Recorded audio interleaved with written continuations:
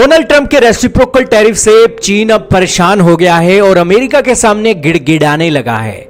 चीन के वाणिज्य मंत्रालय ने सभी सामानों पर पूरी तरीके से रेसिप्रोकल टैरिफ हटाने की अपील करके यह दिखा दिया है कि अमेरिका के सामने चीन अब अकड़ दिखाने के बजाय सारी टैरिफ वापस लेने की ओर आगे बढ़ने की बात कर रहा है। एएफपी की रिपोर्ट के मुताबिक चीन ने कहा कि अमेरिका को अपनी गलती सुधारनी चाहिए और रेसिप्रोकल टैरिफ को वापस ले लेना चाहिए। अमेरिका को एक बार फिर से आपसी सम्मान के रास्ते पर लौटने की जरूरत है।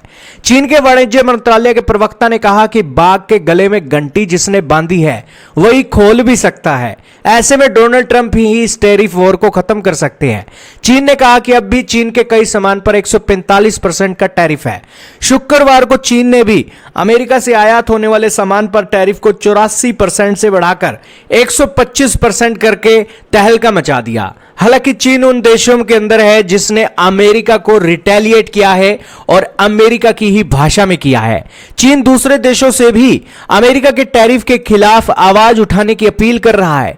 उसका कहना है कि अमेरिका एक तरफा आर्थिक तानाशाही पर उतारू हो गया है और चीन ने कहा कि वह अमेरिका के खिलाफ इस ट्रेड वॉर में जंग जीतना चाहता है। चीन ने कहा कि अगर अमेरिका टैरिफ का नंबर खेलता है तो चीन इस पर ध्यान नहीं देगा, लेकिन अगर अमेरिका डायरेक्ट चीन के हितों पर हमला करता है तो उसका जवाब देना जरूरी हो जाता है।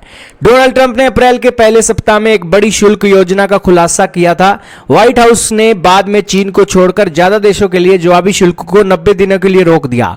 वहीं चीन ने अमेरिका पर 125% का जवाबी शुल्क लगाने की घोषणा की है, लेकिन अब चीन के तेवर जो हैं ढीले होते हुए नजर आ रहे हैं।